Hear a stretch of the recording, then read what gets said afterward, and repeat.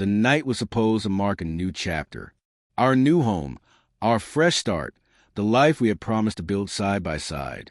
Friends, colleagues, neighbors, everyone showed up with smiles, wine bottles, and congratulations. I manned the grill outside, greeted guests at the door, made sure everything flowed smoothly. I felt proud. Proud of the house, proud of the moment, proud of the marriage I believed in. Emma drifted through the rooms like she was hosting a royal gala, glowing, magnetic, laughing with every group she entered. I figured she was just being her social self. I didn't realize she was priming the stage for one of the worst nights of my life. But something was off from the start.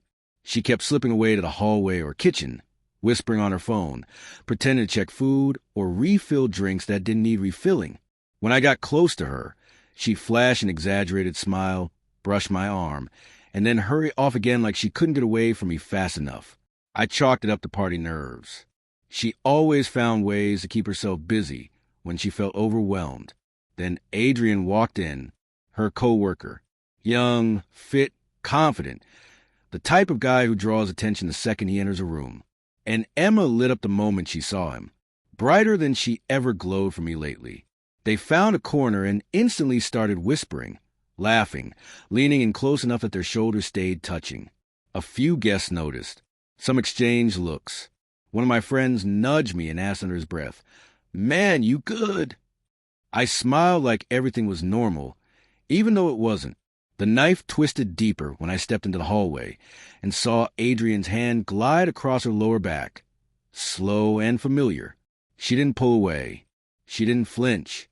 She actually smiled. I swallowed hard and quietly asked her if we could talk outside. I kept my voice steady, calm, hoping I was wrong, hoping she'd reassure me. Instead, she crossed her arms, rolled her eyes dramatically, and said loud enough for others to hear, "Not now.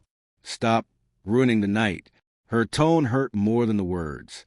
I went outside alone, took a breath, tried to pull myself together. When I came back inside, everything detonated. The music had softened, people had gathered, and Emma stood in the middle of the living room with fire in her eyes. Adrian stood beside her, too close, too comfortable. Guests formed a loose half-circle, confused and uneasy. Someone must have asked a question, because suddenly Emma erupted. She pointed at me, her hand shaking, and screamed so loudly that the room seemed to freeze around her. "Fine. Yes, we're sleeping together. He's better than you. Now, get out, just leave." Silence. Gasps. A woman whispered, "Oh my God." I felt something inside me collapse. Her words weren't just cruel. They were meant to destroy me. Publicly. Brutally. Completely. But even Adrian looked stunned. He took a step back, horrified. "Emma, what the hell are you doing?" he said, voice tight. "I never agreed to any of this." She ignored him. She stared at me like she was finally free of some imaginary chain. I didn't yell. I didn't argue. I didn't shed a tear. I simply breathed, nodded once, and walked toward the door. The crowd parted like I was a ghost. She expected a scene, a meltdown, a fight. Instead, she got silence. And that silence destroyed her far more than anything I could have shouted back. As soon as the door closed behind me, the mirage she crafted cracked apart in front of everyone. A co-worker muttered, "You're vile." A neighbor shook his head. "You humiliated your husband for what?" Adrian ripped his hand away from her. "I'm not part of whatever fantasy you're living," he said sharply. Then he walked out too. Within minutes, the house emptied. Guests whispered on their way out, glancing back with judgment and disbelief. What was meant to be a celebration collapsed into rubble. Emma was left alone in the living room of the house I worked for, surrounded by spilled drinks, abandoned plates, and the consequences of her own arrogance. She called me 27 times that night, sent paragraphs, voice notes, hysterical apologies. I didn't mean it. I was drunk. I just wanted attention. Please come home. But the truth was simple. She revealed exactly who she was. She burned our marriage with her own hands, and I chose not to return to the ashes.